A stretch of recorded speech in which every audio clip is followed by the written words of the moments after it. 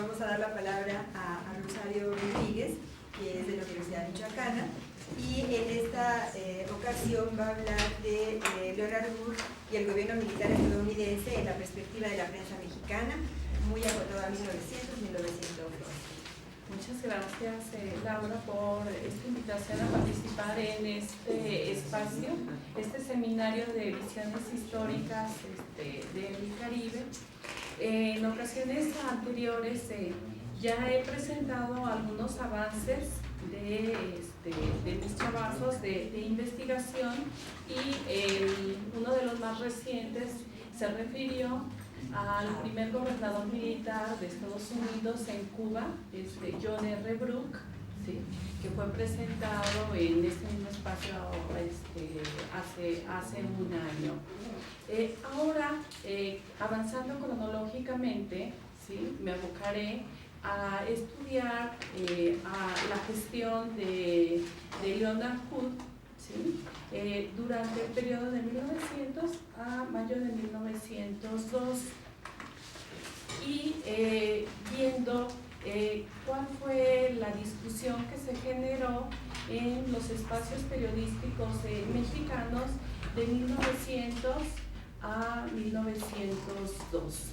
Debo también yo unirme a las aclaratorias que han hecho algunos de mis colegas, que este trabajo también constituye una propuesta de investigación. He avanzado en una propuesta de investigación que se divide en dos partes. Una en la que es ir viendo la bitácora de la administración colonial, ¿sí?, estadounidense en Cuba, la política exterior de Estados Unidos hacia la isla, y la otra es ver la postura de la opinión pública mexicana en este periodo, ¿sí?, de 1900 a 1902.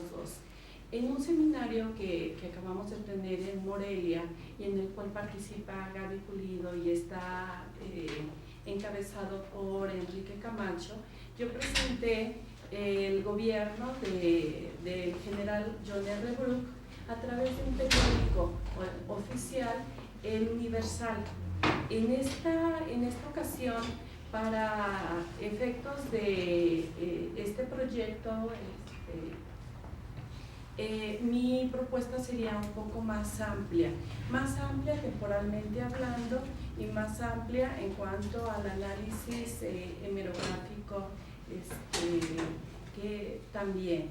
En este sentido, me voy a abocar a presentarles pues algunos de los avances que tengo, ¿sí?, que van más encaminados a ir viendo la forma como se desarrolló este gobierno militar en Cuba, ¿sí?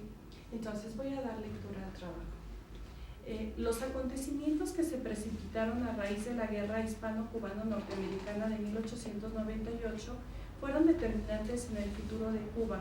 La isla quedó ligada a los designios de Washington y a la intervención militar siguió la ocupación económica. La perla de las Antillas, junto con Puerto Rico y las Filipinas, fueron las primeras regiones donde Estados Unidos puso en práctica su proyecto hegemonista de nación, situación que ameritaba para la Unión Americana la creación de una infraestructura gubernamental y jurídica que normase la relación entre Estados Unidos y los territorios ocupados. El gobierno militar establecido en la isla se planteaba dos metas políticas: la organización de la administración colonial en términos tales que no contraviniese la Constitución de Estados Unidos, aunado al establecimiento de un marco jurídico que posibilitase la transferencia del poder a los cubanos. La postura que asumiría México ante el establecimiento de un protectorado estadounidense en Cuba era altamente relevante. Los actores de la diplomacia porfirista ante este nuevo estatus político de Cuba privilegiarían el mantenimiento de buenas relaciones con Estados Unidos. Los factores a considerar eran de peso. Durante este periodo, la relación bilateral atravesaba por un buen momento y reinaba la cordialidad, solo empañada por la presencia de grupos opositores al régimen de Díaz en la frontera. El gobierno mexicano exigía la adopción y aplicación de las leyes de neutralidad a los detractores porfiristas que utilizaban el territorio estadounidense como su trinchera política, ya que Díaz se había declarado neutral, claro, con sus correspondientes matices, ante los movimientos que convulsionaron al continente, como la independencia de Cuba y la guerra hispano-cubano-americana. Así, México también demandaba de Estados Unidos una política de reciprocidad. Es conveniente señalar que a inicios del siglo XX existía un clima de entendimiento y de cooperación de las autoridades estadounidenses en la aprehensión de los antiporfiristas. No obstante esta armonía en la relación bilateral, los intelectuales y periodistas mexicanos, ante la política intervencionista de su vecino del norte en el Caribe, aconsejaban a la administración porfirista implementar una política cautelosa y de sana distancia. De tal forma que estos factores y la problemática derivada de compartir una extensa línea fronteriza marcaron su impronta en las relaciones entre ambos países y propiciaron, para bien o para mal, que Estados Unidos estuviera presente de manera constante en los espacios noticiosos. Washington se había constituido en un factor a considerar al momento de la toma de decisiones del régimen porfirista. El grupo de los científicos se encontraba preocupado por el vertiginoso desarrollo económico alcanzado por Estados Unidos. Este temor no era fortuito, pues todavía no terminaban de cicatrizar las heridas dejadas por la guerra de 1847, cuando la región Golfo-Caribe era el escenario de una guerra interimperial. En este sentido, el establecimiento de un gobierno militar en Cuba colocaba a la diplomacia mexicana en una situación delicada que se reflejaría en el reconocimiento oficial al gobierno militar estadounidense y en la adopción de una política pragmática en la que predominaría la cautela, cuando no el silencio, ante la circunstancia vivida en la Gran Antilla. No obstante, en diversos espacios noticiosos se expresaron voces y reacciones de sectores letrados de la sociedad porfiriana que siguieron con atención la ocupación militar de Cuba. Ello no resulta extraño, ya que a principios del siglo XX la cobertura informativa y de opinión acerca de los acontecimientos de relevancia que tuvieron lugar en el ámbito exterior se amplió de manera significativa. Las diferentes publicaciones dedicaron un gran número de páginas a recrear aquellos hechos que de alguna manera afectaban a la nación. Estos sucesos y las intervenciones de Europa y de Estados Unidos en América Latina y el Caribe fueron seguidos de cerca por la prensa mexicana, que mantuvo vínculos con agencias de noticias, particularmente la prensa asociada y corresponsales extranjeros. Las notas periodísticas eran pródigas, no solamente contenían la crónica del desarrollo regional de estos hechos, sino incluían secciones editoriales que debatían los acontecimientos del momento. Los periódicos se convirtieron así en el mirador a través del cual se ventilaban asuntos de interés nacional, en la arena donde se dirimían las pugnas político-ideológicas de los sectores intelectuales porfiristas. No obstante el control gubernamental de la prensa y la persecución y encarcelamiento de periodistas, existieron periódicos que mantuvieron una oposición a Díaz. La actividad periodística expresaba las inquietudes de la sociedad en general, cuyo discurso escrito reflejaba el clima de las ideologías imperantes.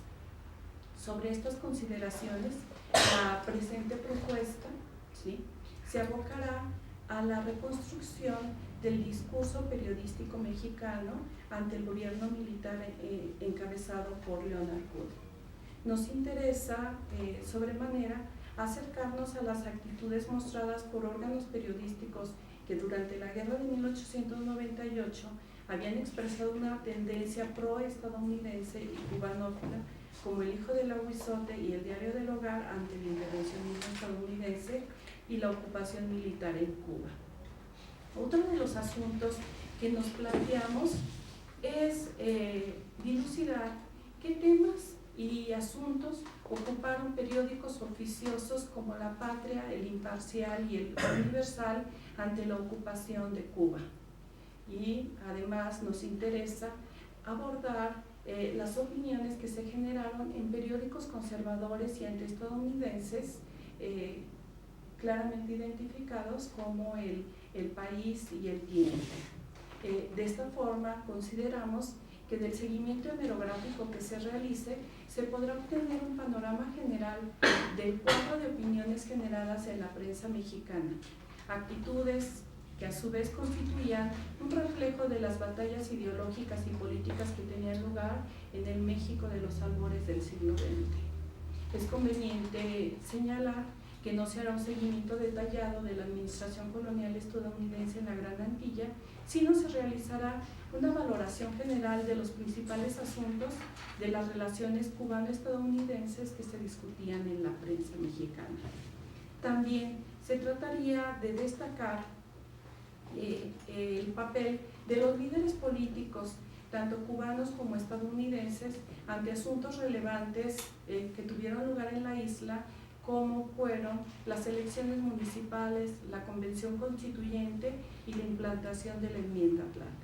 Esto con el afán de reconstruir las relaciones cubano-estadounidenses y explicar las discusiones generadas en México de 1900 a 1902. En síntesis, la presente propuesta se abocará a la explicación de la actitud y postura de la prensa mexicana ante la ocupación militar estadounidense en Cuba. El trabajo, como comentaba, se estructura en dos partes. La primera incluirá un recuento general de las gestiones del gobierno militar en Cuba y la segunda se abocará a la presentación de la lectura realizada por la prensa mexicana. Referente al gobierno militar de Leonard Wood, comenzaré por señalarles que en diciembre de 1899 la administración del general John R. Brock llegó a su término. En su lugar, William McKinley designó a Wood gobernador militar de Cuba, quien tenía como cartas credenciales la amistad de Theodore Roosevelt y una larga carrera dentro del servicio público. A Wood le correspondería consolidar los fines de la ocupación militar y preparar las condiciones para la transferencia del poder a los cubanos. Este general tenía en su haber una larga carrera dentro del servicio. Se había desempeñado como gobernador militar en la provincia de Santiago y Puerto Príncipe. Además, él había participado junto con Roosevelt con los Rudos Jinetes y era médico y miembro del Partido Republicano. La política estadounidense hacia Cuba estaba condicionado jurídicamente por la resolución conjunta de abril de 1898 que establecía, cito, el pueblo de la isla de Cuba es y de derecho debe ser libre e independiente. Los Estados Unidos por la presente declaran que no tienen deseo ni intención de ejercer soberanía, jurisdicción o dominio sobre dicha isla, excepto para su pacificación, y afirma su determinación cuando ésta se haya conseguido de dejar el gobierno y dominio de la isla a su pueblo. En consonancia con estas cláusulas, la política de Estados Unidos hacia Cuba partía de la premisa de que la ocupación era temporal, mientras se capacitaba a los isleños en el arte del autogobierno. Además, el ejercicio de poder en las islas era una prerrogativa de Estados Unidos, por lo cual, en la lógica del secretario de Guerra, Elliot Root, primero se debería proceder a sentar las bases sobre las cuales se construirían los órganos de gobierno insulares. En opinión de Root, el gobierno era el depositario de los poderes concedidos libremente por el pueblo, siempre y cuando éste fuera capaz de realizar decisiones libres e inteligentes, situación que, en opinión de Root, no aplicaba para las recientes adquisiciones territoriales. Por ello, Root aconsejaba establecer un gobierno, cito, de acuerdo con su capacidad, y recomendaba la necesidad de integrar un gobierno conservador que pudiese organizar elecciones y garantizar el cumplimiento y respeto de sus leyes e instituciones. La gestión gubernamental de Wood se encaminaría a preparar las condiciones para el establecimiento de un gobierno civil y la creación de una república estable y ordenada. Por ello, la política de Estados Unidos pretendía los siguientes objetivos: organizar elecciones municipales, supervisar la administración pública y convocar una convención constitucional para sentar las bases del gobierno cubano que determinasen las relaciones cubano-norteamericanas, objetivos encaminados al cumplimiento de logros en la esfera de la organización de las instituciones políticas de Cuba acordes al modelo norteamericano. Para la organización de la nueva estructura gubernamental de Cuba, el general Wood estableció un programa que contemplaba la revisión de las leyes de obras públicas, del sistema educativo, un análisis del funcionamiento del gobierno municipal, del sistema judicial, entre otros. Para ello se asesoró con un grupo de abogados cubanos y de otros cubanos notables y les pidió que trabajasen conjuntamente en la reforma del sistema legal, judicial y fiscal de la isla, así como con la organización de elecciones municipales. En los primeros meses de 1900, Wood informaba directamente a McKinley que no se preocupara por la isla, que, cito, prevalece el buen orden y las personas son por lo general tranquilas. Los agitadores van a la baja numérica. Por supuesto, existe una escasez de circulante monetario y pobreza. Los negocios gradualmente se están recuperando. El mejor capital todavía es muy tímido con relación a las inversiones cubanas. Se cierra la cita. De acuerdo al gobernador militar, la isla se encontraba tan tranquila como cualquier villa de Nueva Inglaterra, entre comillas. Sin embargo, también le comentaba los obstáculos para construir una administración de gobierno en manos de los cubanos. Otra cita. Estamos avanzando tan rápido como podemos. Sin embargo, nosotros estamos tratando con una raza que paulatinamente ha sido socavada por cientos de años y a la cual nosotros debemos infundirle nueva vida, nuevos principios y nuevos métodos de hacer las cosas. Este no es el trabajo de un día o de un año, sino de un periodo más largo.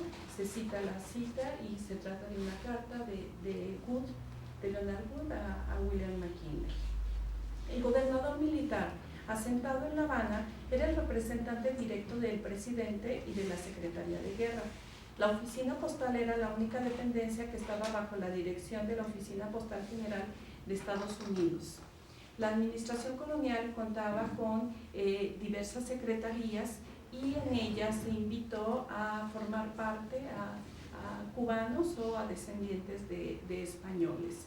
De esta forma, el gobernador dependía directamente del Departamento de Guerra y también recibía instrucciones de la Presidencia de la República. En este sentido, correspondía a McKinley extenderle el nombramiento respectivo y también diseñar la política a seguir hacia la isla e indicar el tipo de relaciones que debería establecer el gobierno militar con los habitantes de Cuba. Wood estuvo respaldado totalmente por el Departamento de Guerra y se le concedió una autoridad completa a su administración gubernamental. Root diseñó la política a seguir en Cuba y Wood la llevaba a la práctica.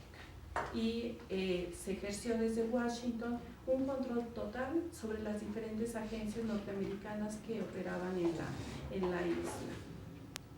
Una de las medidas que realizó el general Wood fue recortar paulatinamente el número de tropas estadounidenses para que en la isla no se sintiera el peso de la presencia militar estadounidense. Este general, poco a poco convirtió el departamento militar en una base de apoyo a la División de Asuntos Civiles que se encontraban bajo la conducción de cubanos. En esta línea, Wood le informó a Elliot Root lo siguiente: el tiempo resulta propicio para transferir gradualmente la conducción del gobierno civil a las autoridades civiles, reteniendo el grado de supervisión que sea necesario. Bajo el sistema existente hasta fecha reciente, no ha habido un avance real hacia el establecimiento de un gobierno del pueblo y para el pueblo. Nosotros tenemos que confiar en ellos, en la conducción de sus asuntos, bajo nuestra supervisión, y esta será la manera como se debe de enseñarles. Se cierra la cita. Desde Washington, Wood también era instruido para insistir en que se trataba de una ocupación temporal, y es que el año de 1900 era un año electoral y el Partido Republicano de McKinley se encontraba bajo la presión del Congreso y de la opinión pública, sobre todo de los grupos antiimperialistas estadounidenses, provenientes sobre todo del Partido Demócrata, que les exigían la retirada de la isla. La incertidumbre generada ante las afirmaciones del carácter temporal de la ocupación norteamericana y de que el gobierno militar persistiría hasta el momento que se tuviese un gobierno estable en la isla, hizo que se le pidiera a Wood una explicación más amplia y precisa. Por ello, Wood respondió: cuando la gente me pregunta, ¿qué quiero decir con un gobierno estable en Cuba? Yo les digo: cuando el dinero pueda ser prestado a un interés razonable y cuando el capital tenga deseo de invertir en la isla, se ha alcanzado un nivel de estabilidad. Se cierra de la cita. Una de las medidas para la construcción del autogobierno de Cuba fue la realización de un censo que sería la base, de acuerdo a Wood, de un gobierno libre e independiente en la isla. Otra de las medidas fue la realización de elecciones municipales. Se decidió que solo los que demostraran capacidad para leer y escribir tenían derecho al voto, y a los que comprobaran poseer la cantidad de $250 en propiedades o que hubieran servido al Ejército de Liberación. También se especificaba que debería de ser nativo de la isla, de nacionalidad cubana, contar con 21 años de edad, no tener antecedentes de felonía y ser residente del municipio al menos 30 días antes de las elecciones. Antes de que tuvieran los comicios, el Partido Unión Democrática de clase conservadora, de los empresarios, se retiró de la contienda. El Partido Autonomista, por su parte, le informó a Rudd que tenían muy pocos simpatizantes, por lo que no consideraban viable su participación. No obstante, la fragmentación política y el divisionismo entre los anexionistas y los independentistas y la ausencia de partidos con amplia base electoral, se realizaron los comicios. La realización de las elecciones municipales era altamente relevante, ya que iba en juego la organización del gobierno a nivel local. Era el primer paso en la conformación de un autogobierno, y ante lo delicado de esta tarea, Eliot Rudd organizó una visita a la isla con el objetivo de relacionarse con los líderes cubanos, quienes, a pesar de los informes del gobernador en el sentido que se encontraban en calma y no se oponían a la ocupación militar, constituían una preocupación para Washington. Por ello, Rudd le indicó a Wood, cito, que guarde discreción, no quiere que se conozca su llegada, va en plan de trabajo, no a exhibirse. Se cierra la cita. En otra de sus misivas preparatorias de su visita, Rudd le aconsejaba a Wood que le comunique al general Máximo Gómez, quien era una pieza fundamental en la pacificación y reordenamiento político de la isla, que logre se apoye la propuesta del gobierno estadounidense. El intercambio epistolar Washington-La Habana también incluyó recomendaciones de cómo actuar frente a los cubanos. Wood le dijo a Rudd, le aconsejó: en el trato con las razas latinas no es aconsejable someterlos bajo presión, al menos que se esté preparado para otorgarlo todo. Aún más, considero que el sufragio universal sería fatal para los intereses de Cuba y destrozaría la influencia de nuestro gobierno. Se cierra la cita. Por su parte, Rudd también le aconsejó al gobernador militar en otra misiva la conveniencia de integrar un gobierno conservador que pudiese organizar las elecciones y garantizar el cumplimiento y respeto de sus resultados. A partir del 1 de julio de 1900, se esperaba que ya los municipios tuvieran autonomía para expedir licencias, permisos, elaborar sus presupuestos, y que estos fueran capaces de solventar el pago de los salarios de sus empleados a través de la recolección de impuestos prediales, de las licencias, de los permisos, etc. Después de la organización del gobierno a nivel local, la administración de McKinley buscaba la realización de una convención constituyente. Por ello, en julio de 1900 se publicó una convocatoria disponiendo una elección general de delegados a la convención constituyente que tendría lugar en noviembre del mismo año. Wood le prometió a Washington que él mismo trabajaría en el diseño de una constitución, cito, similar a la nuestra y que incluyese aspectos y acuerdos activos del tipo de relaciones entre Cuba y Estados Unidos. Para mí resulta imprescindible recibir indicaciones explícitas sobre las condiciones que nuestro gobierno desea que yo insista. En este sentido, también informaba de la estrategia a seguir después de la promulgación de la Constitución y del establecimiento del gobierno bajo la dirección de los cubanos. Cito, el gobierno debe de estar completamente organizado bajo la autoridad de los cubanos con la única excepción del gobernador de la isla, que deberá permanecer hasta la evacuación de las fuerzas militares, el cual tendrá un poder de veto absoluto y nosotros podemos transferir a esta gente el trabajo de elaborar sus propias leyes. Se cierra la cita. Esta carta constituye un antecedente inmediato de lo que sería la primera mención cronológica de que la Constitución cubana debería de contener las cláusulas normativas de las relaciones entre Estados Unidos y Cuba. Wood, en el proceso de la organización de la Constitución cubana, realizó varios viajes a Washington. En uno de ellos se entrevista con el secretario de Guerra y con el presidente McKinley y se ponen de acuerdo en los términos que deberían establecer las relaciones cubano-norteamericanas, y se preparó desde Washington una ley electoral. La Constitución que Cuba adoptase debería de ser aprobada por las autoridades estadounidenses, ya que se tenía la convicción de que, cito, a Cuba no se le permitiría celebrar tratados con otras naciones, a excepción de las establecidas a través de Estados Unidos. Tampoco se les permitiría contraer deudas, al menos que se les haya autorizado. Esta prohibición la justificaba tanto Roosevelt como McKinley a través de la doctrina Monroe para evitar, decían, que Cuba fuese interferida por poderes europeos. También, de acuerdo a la enmienda Platt, que posteriormente se aprobaría, Estados Unidos podría apoderarse de puntos estratégicos como la bahía de Guantánamo para una base militar. En esta coyuntura de preparación de la Convención Constituyente, los senadores Aldrich, Platt y Teller, miembros del Comité de Relaciones con Cuba, visitaron la isla para conocer de primera mano las condiciones políticas reinantes y concluyeron que era necesario que los cubanos incorporasen a su Constitución las cláusulas de la enmienda Platt y que ésta se aprobase por el Congreso norteamericano. En síntesis, durante la gestión de Hood, se sentaron las condiciones político-jurídicas para el establecimiento de un gobierno en concordancia con el modelo norteamericano tendiente a la americanización de la isla y a su control de parte de Estados Unidos. Esta forma tan apresurada en que terminó mi presentación se debe a que me ocuparía páginas y ahorita llevo únicamente avances redactados de cómo se desarrolló la Convención Constituyente, tanto las sesiones abiertas como las sesiones secretas, ¿sí? Y la postura de Ruth y las gestiones de Hood para que la Convención Constituyente cubana aceptase la implantación de esta enmienda.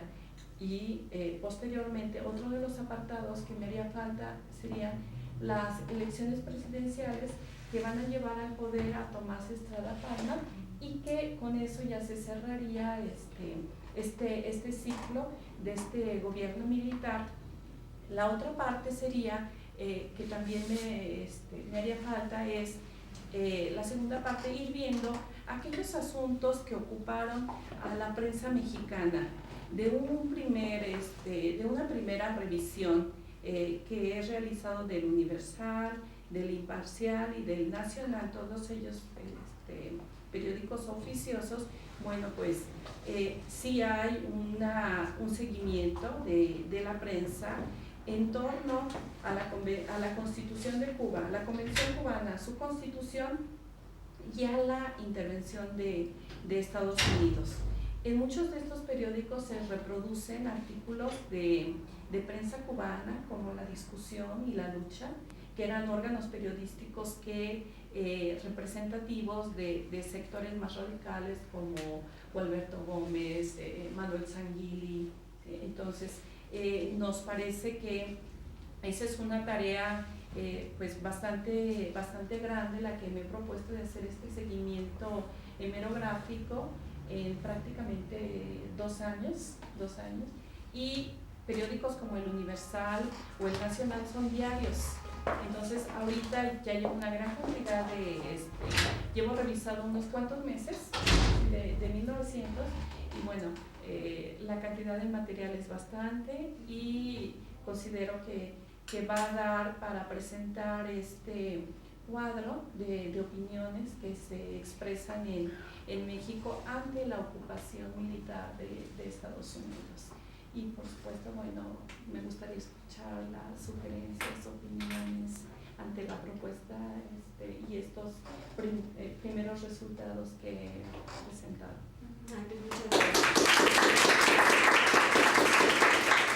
Yo prometo para futuras ocasiones traer un cronómetro con alarma por mi noción del tiempo y pido disculpas por mi poca habilidad para hacerlo. Solamente diré en mi descargo que pues, la riqueza del seminario es justamente poder expresar lo que uno está haciendo y que haya la participación de los compañeros y demás, pero bueno, ha sido así. Entonces, dada la situación, igual hacemos una ronda con todas las preguntas, comentarios y luego Rosario contestaría, ¿no? Laura. Te voy a preguntar si estos periódicos, además de reflejar la situación política de la isla, no hacen ninguna referencia a los cambios que estaba habiendo a nivel de la vida cotidiana, de los usos y costumbres. No hay nada de eso. Esa era mi primera pregunta. Y la segunda, que si en las visiones que se tienen sobre los gobernadores, Brooke y John, si tú notas una diferencia en el trato que les dan a cada uno. Porque recordaba que Emilio Roy dice que el primero Brooke se notaba más comprometido con la causa de independencia cubana. Incluso le inauguran un busto, hay una propuesta de inaugurarle un busto en una calle habanera. O sea, hay un tratamiento diferente a lo que es Wood y a lo que es Brooke. El segundo gobernador se le trata se le ve como con sentimientos más imperialistas y desligado totalmente de la causa de Cuba, mientras que el otro, el primero intentaba que se llevara a cabo la Joint Resolution que era relativa a la independencia de Cuba. ¿Alguien más? Yo quiero hacer un comentario un poco al margen, pero aquí lo que veo es el esquema puntual, ¿verdad?, que implanta el gobierno norteamericano en América, no solo a partir de la doctrina del Big Stick, vaya, sino que a mí me trae a Irak. Es prácticamente una implantación del modelo que ha tratado de instaurar en los países donde interviene. ¿Alguien más? ¿Alguna pregunta, comentario? ¿No? Bueno, Rosario. Están muy cansados, ya no quisieron hablar. Bueno, en la prensa mexicana sí hay bastantes señales y noticias, información acerca de las tensiones, de los desencuentros, de las reacciones que se vive en la isla ante la presencia militar estadounidense. Sobre todo eso lo analizo en el trabajo referente a John R. Brooke, ¿sí? Como en el Universal, un periódico oficioso, se va dando cuenta de las reacciones, ¿sí?, de la oposición que el gobierno militar encontró de los insurgentes cubanos y de los ex-insurrectos y de diferentes sectores de la sociedad cubana. Entonces, es una herramienta muy útil para conocer esas contradicciones, ¿sí?, que se dan entre el gobierno de Estados Unidos, ¿sí?, a través de sus gobernadores militares en todas las provincias, con Cuba. En cuanto al tratamiento diferente de Brooke y de Wood, sí es diferente porque a Wood se le acusa por sus tendencias anexionistas, ¿no?, que que prácticamente él piensa que él es el que está encabezando más claramente un proyecto de anexión de Cuba hacia los Estados Unidos.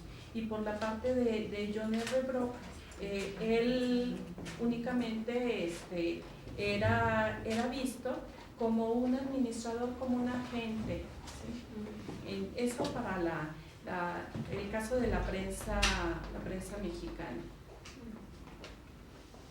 Bueno, Un comentario nada más, que a mí me parece que tu tema es muy oportuno, porque aun cuando hay nueva bibliografía sobre este periodo, me parece que no está agotado, porque las periodizaciones que hace la historiografía oficial generalmente se saltan ese periodo. O sea, acaban las luchas por la independencia en 1898 y después pasan a 1902 como la instauración de la República Neocolonial. Entonces, ese periodo de 1899 a mayo de 1902 queda prácticamente vacío en las periodizaciones. Nada más dice intervención norteamericana, pero no sabemos. Bueno, se relatan algunos eventos de tipo militar o de tipo político, pero realmente es una etapa vacía hasta ahora, que hay algunos historiadores jóvenes que le están retomando desde la cultura. Pero por eso mismo me parece muy, muy oportuno tu trabajo. Gracias. muchísimas gracias.